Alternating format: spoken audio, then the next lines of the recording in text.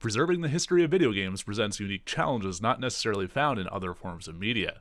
When I have a spare moment, I've been looking at previously unidentified files in an attempt to learn something new, and perhaps find something that has never been seen before.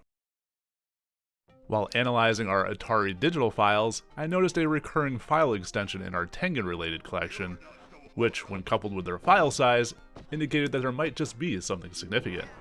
The files were over 1 megabyte, not small for 1993, and ended in the extension .cof. With names related to Tengen's SEGA Genesis games, I figured they were likely to be art, or something related to the development of the games.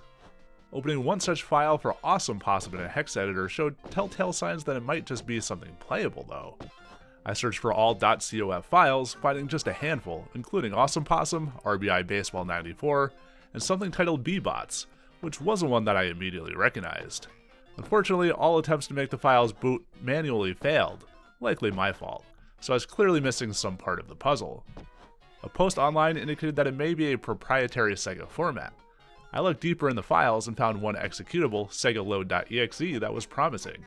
A video online showed how the software interfaced with hardware, which I didn't have access to, but I loaded the software anyway, hoping for the best. Running the software gave a list of options, including extract, which would result in a .bin file, an extension often used for SEGA Genesis games.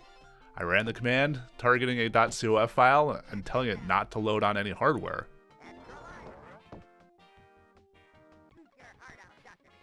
This resulted in a SEGALoad.bin file that was slightly smaller than the original, but in this case, it booted, revealing a game that I had never seen before.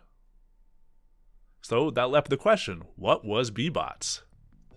It was quite early in development, seemingly inspired by Asteroids, from about May 1993. I found that B-Bots stood for Bumper Bots, with development seemingly starting around January 1993, with alpha testing slated to begin by late October 1993, with various milestones in between. As the project developed, it began to evolve in an attempt to salvage something out of the early work. A May 1993 document details a concept titled Asteroids 1994, which the developers felt would at least make the game fun to play. A story featuring a world invaded by mind-controlling aliens would make things more interesting. While Earth was able to defend against the aliens, the gameplay would take place across other planets in an attempt to rid them from the galaxy forever, with the last battle taking place on the alien home planet.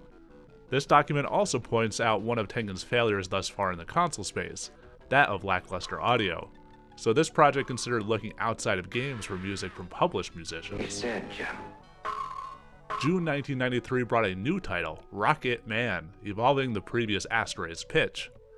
Here, players would be Rocket Man, armed with a rocket pack and guitar, trying to kick aliens off your turf. Not only do they pose a threat to Earth, but they are tone deaf, hating music.